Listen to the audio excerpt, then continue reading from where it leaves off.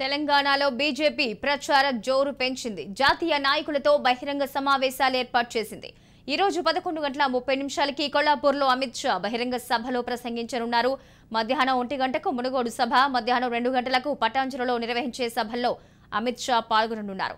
ఇక అనంతరం సాయంత్రం 4 గంటలకు ఖైరతాబాద్ నియోజకవర్గంలో రోడ్ షో నిర్వహించనున్నారు.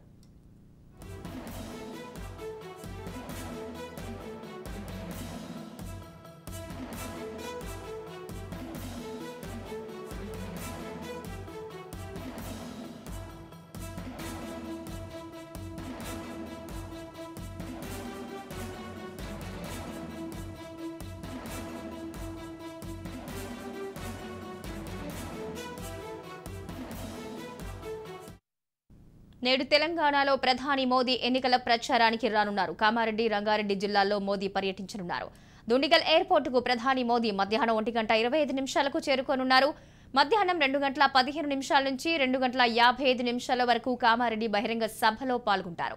అనంతరం సాయంత్రం 4:05 తుక్కుగూడకు ప్రధాని మోదీ చేరుకుని 4:55 వరకు బహిరంగ సభల్లో ప్రసంగించనున్నారు. తరువాత ప్రధాని రాజ్భవన్లో బస చేయనున్నారు.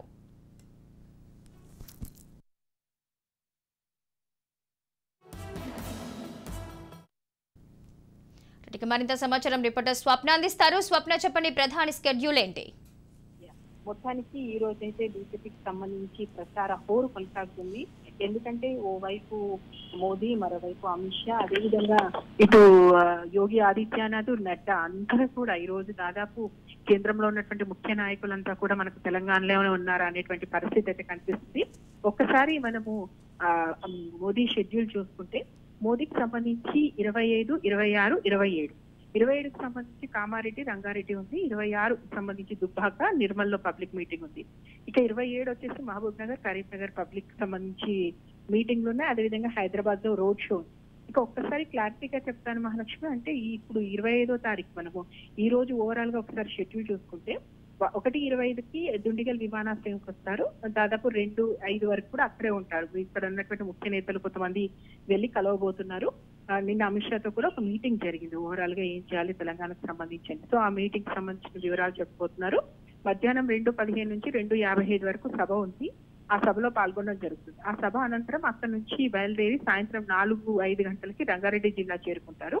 ఇక సాయంత్రం 4:15 నుంచి 4:55 వరకు ఒక భారీ బహిరంగ సభ ఉంది. బహిరంగ సభలో పాల్గొంటారు. అక్కడి నుంచి 7:35కి బేగంపేట విమానాశ్రయం, అక్కడి నుంచి రోడ్ మార్గాన రాజ్భవన్. అండ్ ఈ రోజు రాజ్భవన్ లో బస్ చేయనున్నారు. రాజ్భవన్ కి సంబంధించిన ఈ మీటింగ్ మనం చాలా ఇంపార్టెంట్ గా తీసుకోవచ్చు. ఎందుకంటే ఏం జరిగింది ఏంటి అనేది ఇటు గవర్నర్ ని అడిగి తెలుసుకోవడమే కాకుండా ముఖ్య నేతలతో కూడా భేటీ అవుతారు. నిన్న దాదాపు 1 గంట వరకు కూడా అమిత్ షా కీలకంగా ఉన్నటువంటి నేతలతో సమావేశమయ్యారు.